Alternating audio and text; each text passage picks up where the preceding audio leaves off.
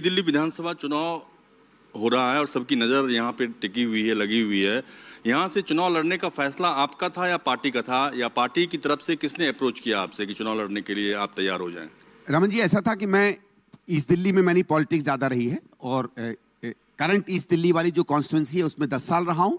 North east में भी एक रहा है और तो पूरे 20-22 सीटों पे एक समझ लीजिए, एक मेरे को जानकारी है, कार्यकर्ताओं को जानता हूँ, लोगों को जानता हूँ, कुछ छोटा मोटा काम भी किया है। तो जब आज से कोई 4-5 महीने पहले हमको कांग्रेस की सीनियर लीडरशिप ने कहा था कि आप सबको चुनाव लड़ना है, हम लोग गंभीरता से ये चुनाव लड़ेंगे, तो जब पता चला तो मेरे पास पार्लियामेंट सीट्स तो आइडेंटिफाइड हैं, विधानसभा की सीट आइडेंटिफाइड नहीं। मैं इसके पहले विधानसभा नहीं लड़ा हूं, तो मैंने अपनी तरफ से 3-4 सीटों को चुना था कि इनमें से हम लोग देखते हैं।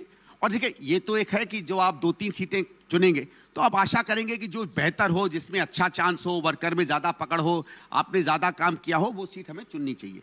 तो उसमें 2-3 ऐसी सीटें आई थी जिसके ऊपर मैंने अपनी अटेंशन रखी थी। पर कुछ समय पहले, चुनाव में सीट डिक्लेयर होने के कुछ समय पहले, मुझे सीनियर लीडरशिप ने कहा कि वो इसको एक बहुत सीरियस लेवल पे चुनाव लड़ना चाहते हैं। डायरेक्टली हम जो इनकम्बेंट गवर्नमेंट है, क्योंकि स्वाभाविक है जब आप ऑपोजिशन में हो तो सबसे पहला आप क्रिटिक और आलोचना तो इनकम्बेंट सरकार की करोगे, क्योंकि उसका एंटी इनकम्बेंसी आपको जीतना है, और उसके बाद जो दूसरा आपका चैलेंजर है बीजेपी, उसको आप अटैक करोगे। तो उनका ये कहना था कि आपने कई सालों से बड़े प्रखर रूप से अरविंद केजरीवाल जी के काम की आलोचना करते रहे हैं, आपको उनके बारे में समझ है।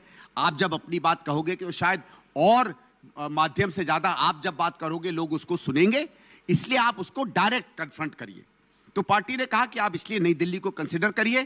तो मैंने फिर अल्टीमेटली पार्टी से कहा कि ये मेरी प्रेफरेंसेस हैं और अगर आपको न्यू दिल्ली भेजना है तो मैं पूरे दमखम से लड़ूंगा, और उन्होंने डिसाइड किया कि हम नई दिल्ली